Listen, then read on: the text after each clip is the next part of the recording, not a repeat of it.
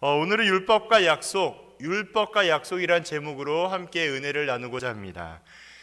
사도 바울이 갈라디아서 3장과 4장에 걸쳐서 관심을 기울이고 있는 것이 있는데 무엇일까요? 페이퍼에 보면 아브라함 가족에 대한 재정의, 새로운 정의를 하고자 합니다. 사도 바울은 유대주의자들의 공격에 직면하며 할례받은 율법의 백성으로 간주하고자 했던 그들에게 아브라함의 참된 가족이 어떤 의미인가를 지금 이야기하고 있습니다. 이렇게 갈라디아서는 3장과 4장을 통해서 아브라함에 관한 이야기를 많이 하고 있죠. 아브라함의 전승이라고 제가 표현했는데요, 거기 각 주의 1번에 보면 전승이 뭐냐면 문화와 풍속, 제도의 따위를 이어받아서 계승하는 것을 전승이라고 이야기합니다. 그 밑에 줄에 보니까 한 시대에서 다음 시대로 또 그 다음 시대로 계속하여 전달하는 것을 전승이라고 설명합니다. 그래서 다시 한번 말씀을 드린다면 아브라함의 전승을 끌어들임으로 바울의 신학적인 입장을 맹렬히 공격하고 있음을 말해주고 있습니다. 이런 공격에 직면하고 있는 사도 바울은 아브라함의 율법 전승을 재해석함으로 누가 정말 진짜 아브라함의 가족인지를 새롭게 정의하며 제한하지 않을 수 없습니다. 아브라함의 가족은 혈통이나 할례나 율법 준수와 같은 것들에 의하여 규정될 수가 없고요. 그리고 창세기에 언급되어 있는 것처럼 오직 믿음으로만이 통하여 아브라함의 가족이 될 수 있습니다. 창세기에서 말씀드리는 것처럼 오직 믿음만으로 진정한 가족이 되게 하는데요, 아브라함은 할례 명령을 받기 이전에 믿음으로 의롭다 여기심을 받았습니다. 창세기 15장 6절에 남겨져 있고요, 친절하게 각주에도 이렇게 달려져 있죠. 어떤 청년이 지난주에 그러더라고요. 목사님, 여기에 좀 성경이 있었으면 좋겠습니다 라고 해서 제가 또 이렇게 표시를 하게 되었는데요, 창세기 15장 6절에 보니까 아브라함의 칭의가 나와요. 이 아브라함의 칭의는 어떤 의미를 담고 있냐? 율법이 제정되기 이전에, 말씀이 생겨나기 이전에 칭의의 은혜가 어땠다? 이미 하나님으로부터 인하여 그 첫 조상인 아브라함 때부터 이어지고 있음을 분명하게 알 수 있습니다. 이 아브라함의 약속 가운데 이 축복은 원래 모든 열방이 포함되어 있죠. 따라서 하나님께서 아브라함을 향한 구원의 약속 가운데 의도하셨던 그의 백성은 유대의 민족적인 경계를 초월한 믿음의 보편적인 공동체였습니다. 쉽게 이야기해서 선택받은 유대 민족만이 아니라 선택받은 모든 열방을 향한 하나님의 구원 계획이었음을 고백하게 합니다. 만일 아브라함 전승에 대한 바울의 해석이 정당한 것이라면 유대인들의 민족적 정체성을 규정하고 있는 기본적인 요소, 뭐가 있죠? 율법을 지키고 또 그 가장 대표적인 것인 할례나 이런 것들을 지켜야만 구원의 완성이라고 여겨지는 모든 것들이 바울의 언약적인 체계, 즉 하나님의 구원 약속 가운데 다시 자리매김을 해야 합니다. 바울은 하나님의 구원 약속에 대한 재해석을 시도하며 십자가의 복음, 부활의 복음을 지금 이야기하고 있는 것이죠. 15절과 18절을 통하여 그런 이야기를 하고 있습니다. 언약을 통한 하나님의 구원 약속을 실천, 그리고 이 모든 내용들은 사회적인 관습에 기초하여 언급된 이야기입니다. 15절 초반절에 보니까 형제들아 내가 사람의 예대로 말하노니, 사람의 예대로 말하노니 라는 말씀이 나오죠. 이 말씀을 다른 표현으로 사람의 관례를 따라 설명한다면 이란 표현과 동일합니다. 이것을 직역하면 인간의 상식과 통념에 따르게 된다라는 의미인데, 율법과 약속의 차이를 분명하게 구별하고자 하는 바울의 의도가 결코 주관적인 판단이 아닌 것임을 강조하기 위하여 나타낸 표현입니다. 그러한 표현임을 지금 볼 수 있게 되는 것이죠. 만약에 그 내용이 여기 보면 그 뒷장에 있는데요, 언약이라는 단어가 나오게 되는데, 이 언약은 헬라어로, 우리가 지금 보고 있는 신약성경 헬라어로 디아테케라는 단어를 쓰고 있습니다. 원어이죠. 이 언약이라는 그 단어는 언약과 유언이라는 뜻을 두 가지를 가지고 있습니다. 본문의 흐름으로 볼 때에 언약, 약속이라는 의미보다는 유언으로 생각하는 것이 우리 본문을 이해하는 데 조금 더 유익함을 보게 되죠. 그래서 좀 정리를 한다면 유언이야말로 한번 작성되고 작성된 작성자가 사망하면 누구라도 이것을 변경하거나 없앨 수가 없습니다. 그리고 사람 사이의 언약이라 해석하여도 함부로 변경할 수 없다는 뜻을 전달하는데 무리가 되지 않습니다. 문제는 그 언약에 약속한 내용이 무엇이냐에 따라 달라진다라는 것이죠. 16절에 보니까 이 약속들은 아브라함과 그 자손에게 말씀하신 것인데 여럿을 가리켜 그 자손들이 하지 아니하시고 오직 한 사람을 가리켜 내 자손이라 하셨으니 곧 그리스도라. 이 구절을 보면 어떠한 부분이 생각이 나실까요? 쭉 장황하게 여러 번 설명하고 결코 이렇게 많이 이야기했는데 결국 그 약속은 뭘까요? 16절 끝에 곧 그리스도인 것입니다. 그래서 하나님은 아브라함과 그 자손을 언약을 통해 약속하셨는데요, 그것은 자손들에게 아니라 한 사람의 자손에게만 약속하셨다는 것을 알 수 있게 됩니다. 여기서 바울은 창세기 12장 7절, 13장 15절, 24장 27절 등 공통적으로 전하고 있는 하나님의 약속이 등장합니다. 어떤 약속이 있을까요? 내가 이 땅을 내 자손에게 주리라 라는 약속이 등장하게 되죠.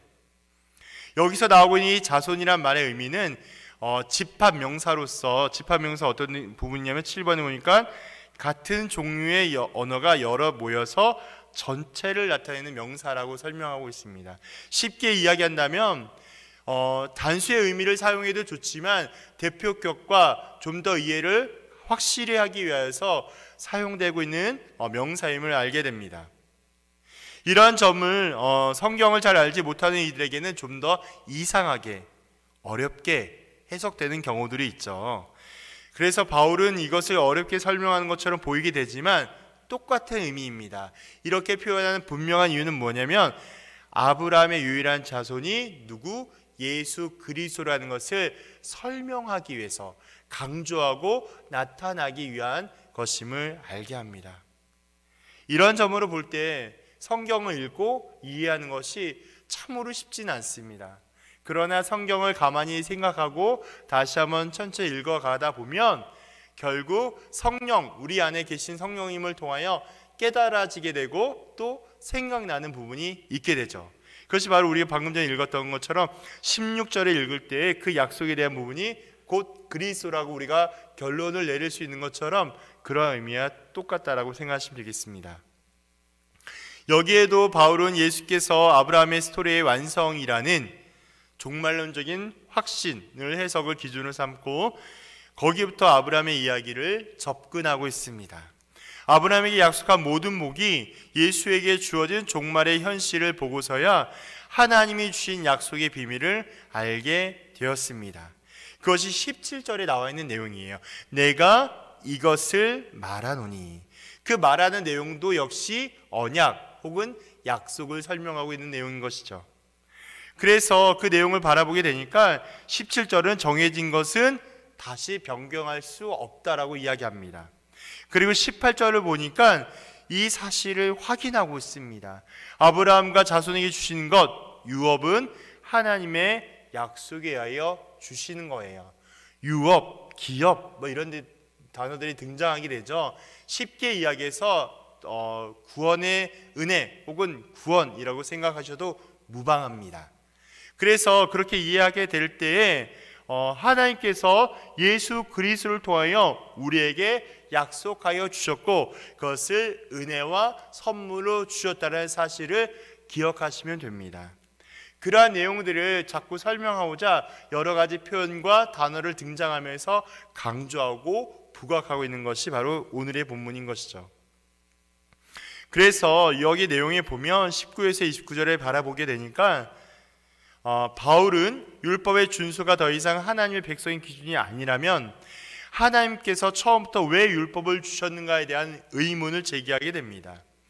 바울은 처음부터 율법이 생명의 수단으로 주어지지 않았으며 구원 역사 가운데 일시적인 잠깐의 목적을 위하여 주어졌음을 설명합니다.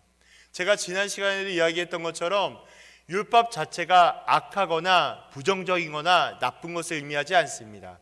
그러나 구원의 완성과 구원의 깊은 본질적인 의미로서의 율법은 중요하거나 완성하거나 어떠한 조건을 이루는 것이 아닙니다. 그러한 측면에 있어서 유대 종교주의자들이 바울과 그의 복음에 대하여 정면으로 승부를 걸고 공격을 하고 율법을 준수해야 구원의 완성이 되는 것처럼 이야기하는 것은 명백한 잘못이자 죄입니다. 그것을 이야기하고자 지금 이렇게 넓게 장황하게 설명하고 있는 것이죠.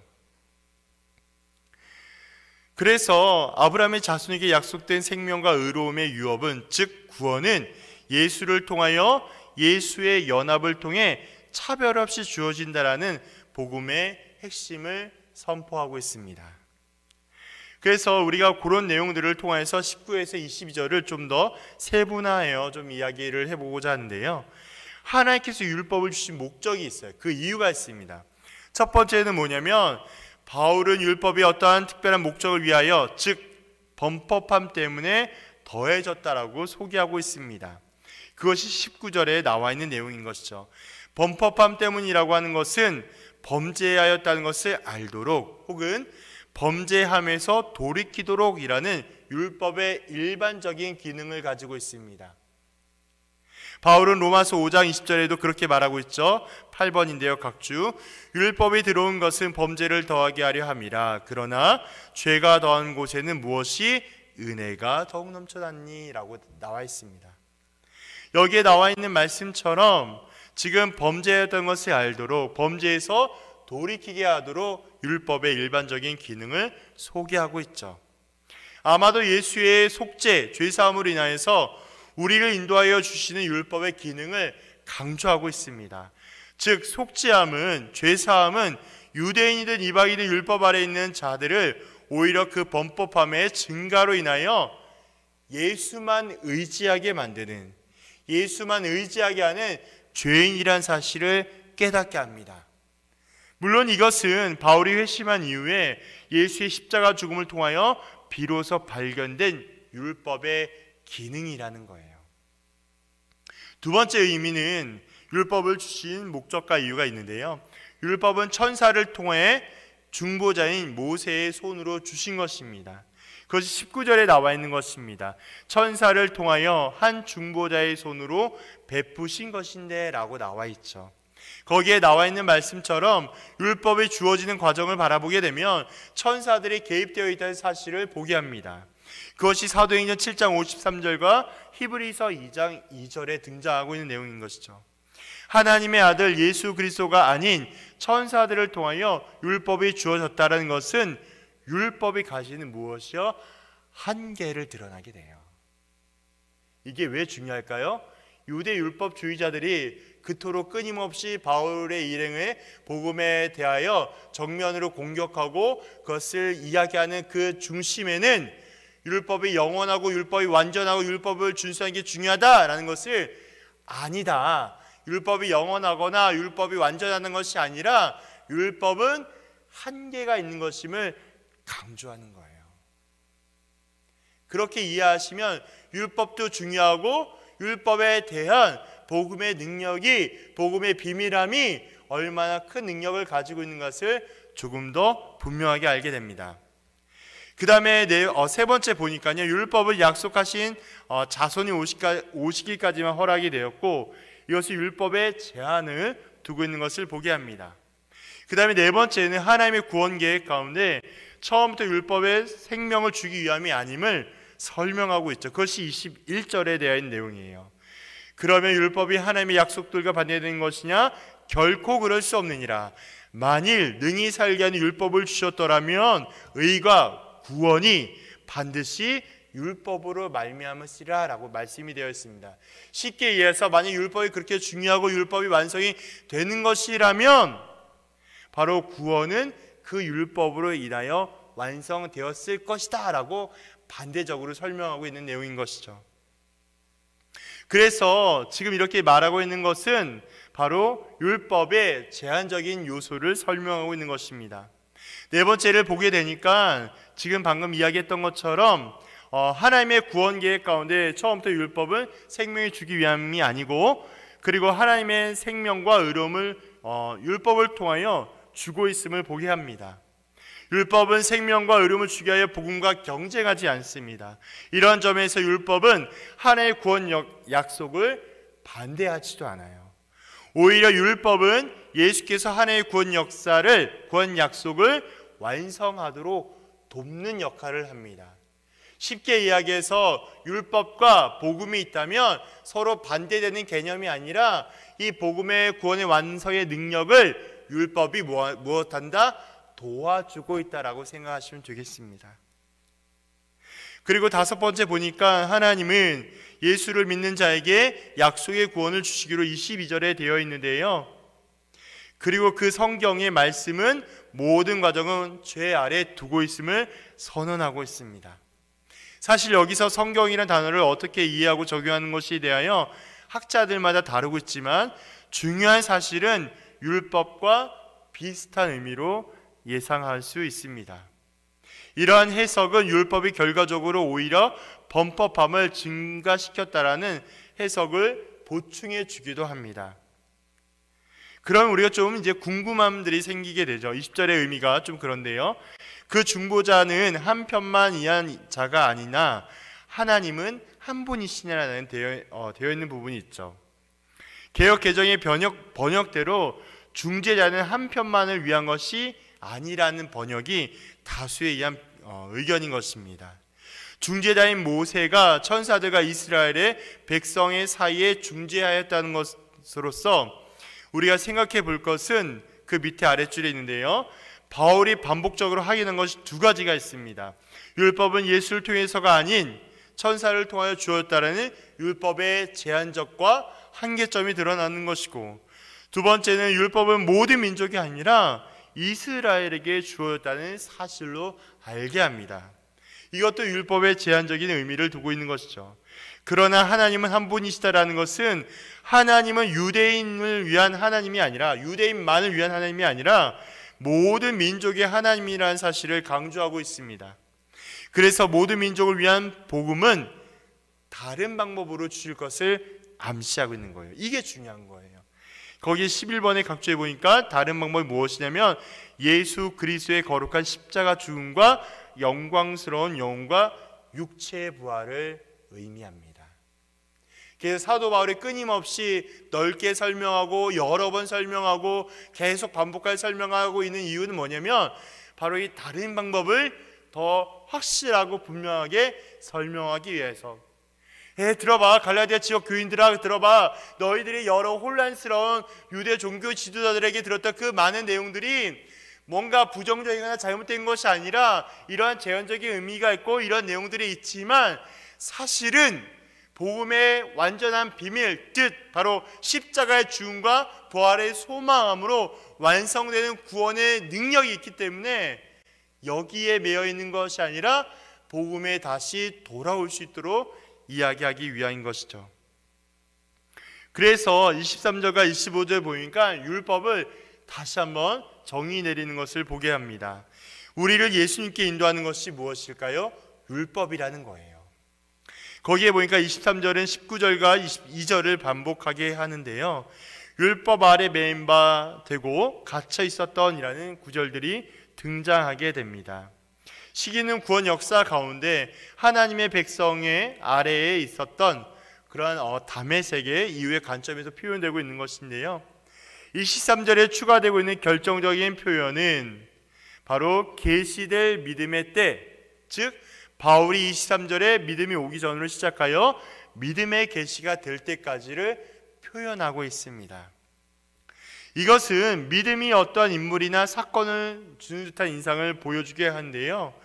결국 쉽게 이야기하면 예수님께서 오실 때까지 율법 아래에 놓여 있다라는 의미로 정리가 됩니다. 무슨 말일까요? 예수님께서 초림으로 등장하기 이전까지의 모든 하나님의 말씀인 율법은 예수께서 오시고 난 다음에 복음으로 인하여서 모든 율법과 복음이 정리가 되며 완성이 된다는 사실을 강조하고 있는 것이죠. 이 모든 것을 종합하는 비유가 24절에 등장합니다. 바로 우리가 너무 많이 읽었던 초등교사에 대한 내용인데요. 이 초등교사의 비밀과 비유가 설명되고 있습니다. 여기서 사도 바울은 주인의 자녀가 다 자랄 때까지 맡아서 잠시 보호하고 있는 훈육교사, 초등교사를 설명하고 있습니다. 이렇게 율법은요, 초등교사처럼 예수께서 오시기 전까지 우리를 맡아 죄로부터 보호하여 주셨다가 결국 율법의 주된 역할인 예수의 십자가로 향하게 만듭니다. 무엇이? 율법이요. 그래서 이제는 율법이 아니라 믿음으로만 하나님의 백성이 되는 것임을 인정하게 됩니다. 그것이 24절이에요. 그리고 25절은 바울은 다시 율법의 제한적인 것을 강조하고 있습니다. 예수님의 믿음의 역사 가운데 나타나신 후에 더 이상 율법 아래에 놓여 있지 않아도 되는 것임을 설명하고 있는 것이죠. 그리고 26절과 29절은요, 예수와 연합을 통하여 받는 약속의 유업, 쉽게 이야기해서 예수를 믿음으로 인한 구원의 은혜, 구원의 또한 기쁨이라고 생각하시면 되겠습니다. 바울은 예수와 연합에 가진 뜻에 집중하고 있습니다. 바울의 편지 안에는 그리스도와 연합을 그리스도 안에 혹은 그리스도 안에서 세례받음, 그리스도로 옷 입음, 그리스도의 것, 이런 문장으로 표현하고 있습니다. 이것을 신학적으로 표현할 때 이런 부분을 볼 수 있게 되는데요, 예수 그리스도와 연합은 바울 신학에서 가장 중요합니다. 왜 그럴까요? 예수 그리스도의 연합은 갈라디아서 3장 16절에 나와 있는 것처럼 시작되어 있는 것인데요, 바로 하나님과의 온전한 연합을 이루고 있기 때문인 것이죠. 여기에 설명되어 있지 않지만 쉽게 이야기해서 이렇습니다. 창세기서부터 시작되는 우리의 죄로 인해서, 원죄로 인해서 끊어진 하나님과 우리의 그 단절된 상태가, 자, 절 보세요. 하나님이 계시고 우리가 여기 있다라면 우리는 원죄와 자범죄로 인해서 하나님의 관계가 완전히 끊어졌습니다. 이걸 죄가 성립되었다, 죄가 형성되었다라고 이야기합니다. 하나님과 우리가 끊어졌습니다. 이 끊어진 관계를 우리의 노력과 우리의 수고와 우리의 무엇으로도 회복할 수가 없습니다. 할 수가 없습니다. 그런데 사도 바울이 지금 이야기하고 있는 것이 무엇이냐면, 너희 유대 율법주의자들아, 너희의 율법의 준수와 율법의 행위와 할례 받음과 이것으로 인하여서 너희가 하나님과의 끊어진 관계가 형성되는 것이 아니라, 이 율법은 하나님으로부터 되돌아오게 하는 것, 내 죄됨을 바라보게 하고 인정하게 하는 그 제한적인 역할만 하는 것뿐인 것이지, 진정한 연합을 이루게 하시는 것은 바로 예수의 복음, 예수의 죽음, 예수의 부활만이, 그것을 믿는 그 믿음만이 있어야 가능한 사실을 강조하고 있는 거예요. 그래서 예수와 연합이 되었다는 말의 의미는 뭐냐면, 다른 복잡한 설명이 되는 것이 아니라 죄로 인하여서 하나님과 내가 끊어졌을 때에 예수를 믿음으로 말미암아 끊어진 관계가 예수 때문에, 예수로 인하여 다시 온전하게 합쳐진 거예요. 그것이 지금 끊임없이 바울이 넓게 장황하게 설명하면서 우리에게 어렵게 느끼게 될 만큼 이야기하고 있는 것이 바로 오늘의 내용입니다. 그래서 좀 더 심플하고 간결하게 설명한다면, 다른 것 다 버리고 예수를 믿음으로 끊어진 관계가 온전히 회복되는 것이야. 율법과 복음과 율법과 약속을 우리가 놓고 생각해 봤을 때에, 하나님의 구원의 약속, 유업을 얻게 하여 주시고 기업을 무르게 하여 주시고 아버지의 은혜를 경험하게 하시는 것은 우리가 무엇을 행위로 고쳐지고 행해지고 완성하는 것에 의미를 두지 아니하고 예수를 믿음으로 말미암아 그 의로움을 얻게 되는 것임을 보게 합니다. 그것이 갈라디아서 3장 13절 14절이에요. 읽어드릴게요. 그리스도께서 우리를 위하여 저주를 받은 바 되사 율법의 저주에서 우리를 뭐 했으니? 속량하셨으니 기록된 바, 이는 그리스도 예수 안에서 아브라함의 복이 이방인에게 미치게 하고 또 우리로 하여금 믿음으로 말미암아 성령의 약속을 받게 하려 함이라. 대표적으로 바울은 3장 13, 14절에서 성령의 약속을 이야기합니다. 이것은 그리스도 안에서 우리도 하나님의 아들이 되었다라고 설명하고 있습니다.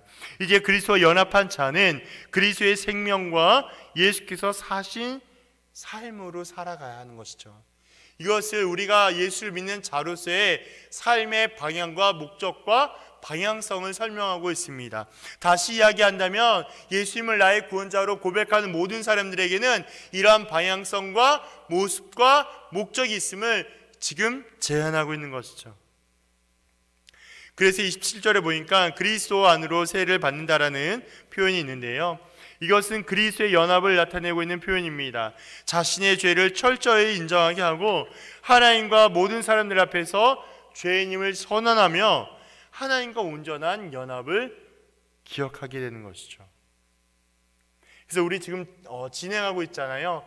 학습을 진행하고 있고 세례를 진행하고 있고 입교를 진행하고 있고 이러한 것들을 진행하게 하는데요, 그 모든 세례 교육과 학습 교육의 핵심이 무엇이냐? 바로 여기에 있는 것입니다. 자신의 죄악됨과 죄인됨을 철저히 인정하고 옛것은 모두 다 죽고 예수로 인하여 새롭게 태어난다라는 사실, 그것을 믿음으로 인정하며 받아들이며 살아가는 사실이 바로 학습과 세례와 입교에 있음을 기억하시기를 바랍니다.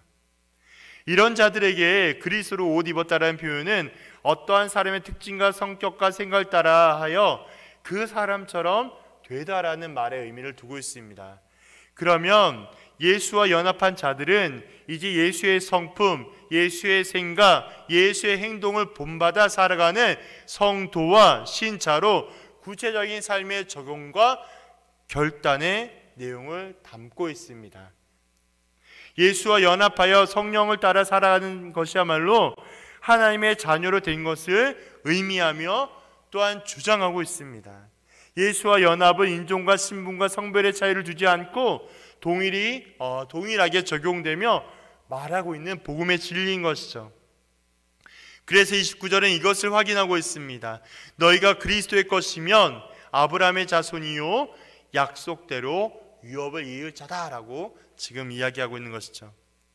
유대인과 이방인의 구별뿐만 아니라 자유인과 종, 남자와 여자 구별 없이 하나의 교회 공동체 안에 속하고 있음을 깨닫게 합니다.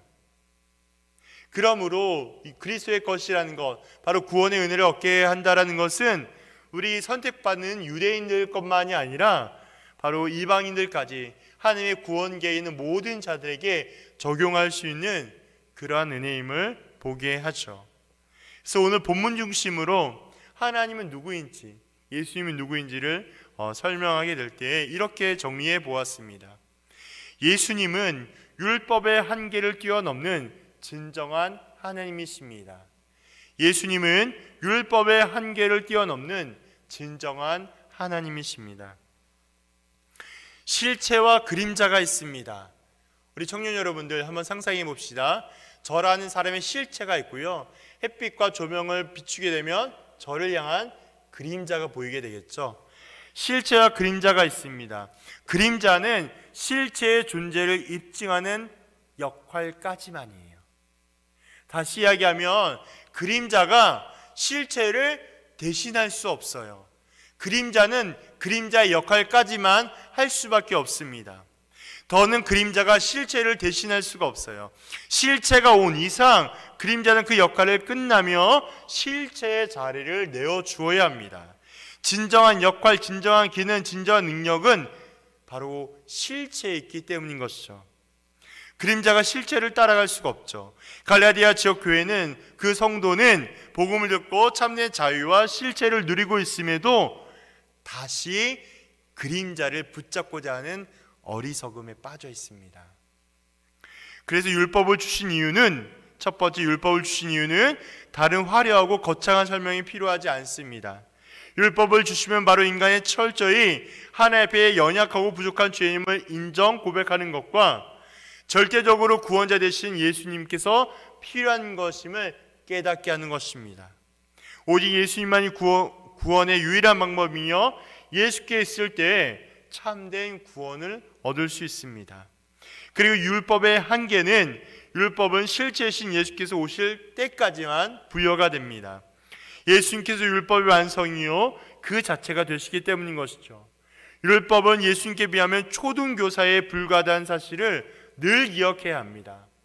그리고 율법과 믿음인데요, 예수님의 심실하심으로 이제 이방인과 유대인의 담이 무너졌습니다. 사실 표현이 두 민족으로 느껴지겠지만 원래 의미는 모든 민족과 온 열방을 향하고 있습니다.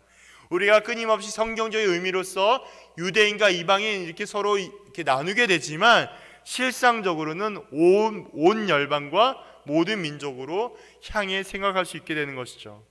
예수님 안에서 진정한 하나가 되었음을 의미하고 있습니다. 예수님을 믿을 때에 진정한 자유와 기쁨과 영생을 누리게 합니다. 나 혹은 우리에게 주시는 교훈이 무엇일까요? 율법과 약속의 핵심은 무엇이겠습니까? 우리는 언제나 율법의 조항을 기억하며 마치 그것을 맞추지 못할 때에 재앙과 두려움에 사로잡히게 됩니다. 겉으로 입술로는 고백하게 만들지만 자신 있게 살아간다 할지라도 크고 작은 문제를 직면하게 되면 어떻게 될까요? 무너지게 되죠. 그래서 우리에게는 여러 가지 이런 율법적인 요소에 매여있는 모습을 보게 합니다. 제가 단적으로 한번 예를 들어볼까요? 우리 모든 청년 여러분들에게 크고 작은 문제가 생겼을 때 어떤 생각을 하십니까? 만약에 믿음이 조금이라도 있는 친구들은 내가 어떤 뭘 해야 되나라는 생각을 하게 되겠지만, 그렇지 않는 분들은 아예 이조차도 생각을 하지 않고 그냥 여지없이 그 문제만에 집중하며 나아갑니다. 그런데 조금 더 확장하여 생각하게 되면, 조금이라도 신앙이 있게 되면 어떤 부분을 생각하냐? 내가 뭔가 하나님 앞에 잘못했구나.